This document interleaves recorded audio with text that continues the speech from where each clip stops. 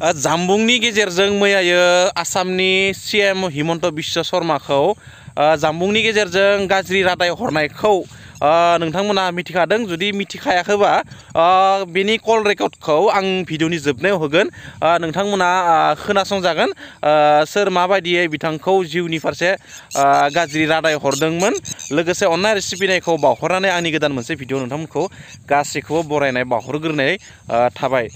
लोगोसे बड'लेण्ड मुभमेन्टआव मुंख्लं जानाय बड'लेण्डनि मुंख्लं नखरफोरनो दिनै रांखौ होदों आरो गासैनोबो होजोबनो हायाखै। बेनिनो 201नि खोथा बुंदोंमोन एप्रिल दाननि 3 खालाराव होनो आरो दिनै बेखौ होदों आरो उनफारसेथिं आरो होबावनो दङ। बेखौ होगोन होननानै बिथांमोना फोरमायो। दा खोथाया जादों जों फेसबुकफोराव नुनो मोन्दों अरुणोदय आसनिनि मुङै गोबां आलाय सिलाय जानाय नुदों आरो जोंनि गेजेरावबो आरो सोरबा नेम्बारा बा सोरबा अरुणोदय आसनिखौ मोना होननानै दाननाया बे मोनसे गाज्रि खोथा। मानोना सरकारा जेब्ला होदों बे गावनि सोरबा नेम्बारनि बा सोरनिबा एमएलएनि आखाइनिफ्राय थाङा।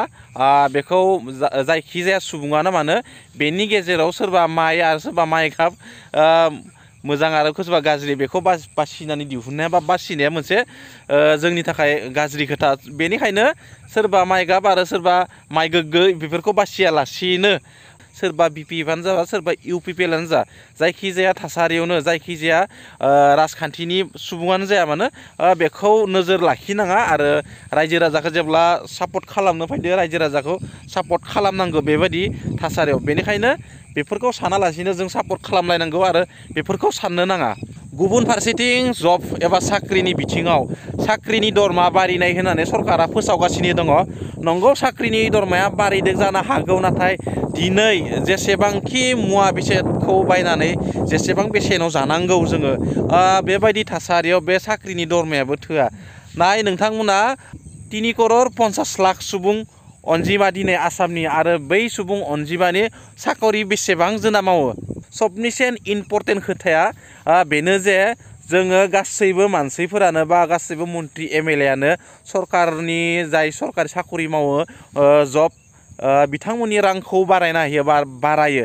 नाथाय जोंनि ओरैबायदि बर' रायजोआव ओरैबायदि सुबुं दङ जायफोर सुबुं नखरा गोरिब सिमा रेखानिबो सिङाव थानायसो आरो बैफोर समाजनि सुबुङा बा बैफोर सुबुंफोरा बैफोर नखरफोरखौ मारै सोलायगोन बा बैफोर सुबुंफोरा मा जानाङा नामा ना हा जाना थानांगौ।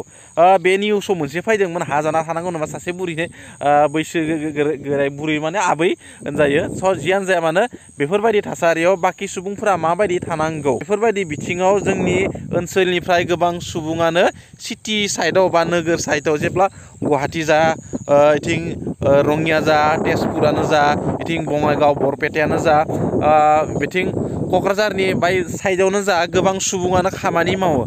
लोगोसे बेजों जोंनि ओनसोलाव गोबाङानो टि गार्डेन दङ आरो बैफोर टि गार्डेनफोराव गोबां सुबुङानो खामानि मावो। दा खोथाया जादों बैफोर टि गार्डेननि दरमाफोरा बेसे बा बैफोर प्राइभेट कम्पानियाव मावनाय सुबुंनि दरमाफोरा बेसे सरकारा बेयावबो नोजोर होनांगोन। नाथाय सरकारा बेयाव नोजोर होआखै। मानो नोजोर होआखै? दिनैनि जोङो मिथिनाय बायदिब्ला दिनैनि बेलायाव गासैबो कम्पानिजों लानानै सरकारजों लानानै बैफोर दरमाफोरखौ बारायनानै होआखै, जायनि थाखाय सुबुंफोरा दिनै मोजां रां बेथन मोनाखै, जायनि थाखाय न'खरखौ सालायनो गाज्रि जायो। बेनि अनगायैबो सरकारा मोनसे खोथाखौ नेबाय थादों जे बोसोरफ्रोमबो गासै भारतावनो भिडिअ केस मोनसे ओंखारो आरो बेखौनो आसाम सरकाराबो नेना दोङो, बैजोंसो दरमाया बारिगोन। स' बेफोरबायदि बिथिङाव मोनसे दुखुनि खोथा आसामाव दरमाफोरनि बिथिङाव प्राइभेट कम्पानिनि एसे नोजोर होनांगौ। मानोना गोबां आनस्किल आरो स्किल आरो हाइ स्किल सेमि स्किल बे मोनब्रै थाखोआव जे राननाय जादों प्राइभेट सेक्टरनि सुबुंफोरखौ। स' बेफोरबायदि थासारियावबो नोजोर होनो थाखाय सरकारा गुरै खावलायो। बेफोरबायदि थासारिनिफ्राय जोंनि हारिनि सुबुङाबो गोबाङानो खहा जायो आरो मिथिखागौ बर' हारिनि गेजेराव गोबां सिमा रेखानि सिङाव थानाय गोबां सुबुंफोर दङ। स' जियानो जाया मानो गुबुन फारसेथिं जाबाय कमतापुर स्टेट मोननायनि खोथाया मा जाखो नोंथांमोना मिथिगोन ना मिथिया? दाखालै आसामनि सीएम हिमन्त बिश्व शर्माया रोखायै फोरमायो जे आसामनि दखरसेबो हा बिथांमोननो होनाय जाया होननानै फोसावो स' ससियेल मिडियायाव नुबायबो जानो हागौ नोंथांमोना स' जियानो जाया मानो भिडिअखौ नोंथांमोननो खिन्थिनो नाजागोन आङो थेंक्स फर वाचिं गोजोन्थों जय बर' हारिनि बाय बाय भिडिअखौ नायना लाबानो जाबाय अब्ला Pro-Khalistan Sikhs in Assam and also torturing those who are in jails. Listen very carefully, CM Sharma.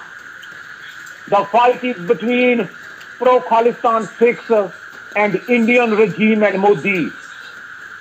Sharma, do not fall prey to this violence. We are seeking liberation of Punjab from Indian occupation through peaceful democratic process of Khalistan referendum. Sharma, if your government is going to torture and harass Sikhs, you will be held accountable. Messages from Gurpatwan Singh Pannu, Sikhs for Justice General Council.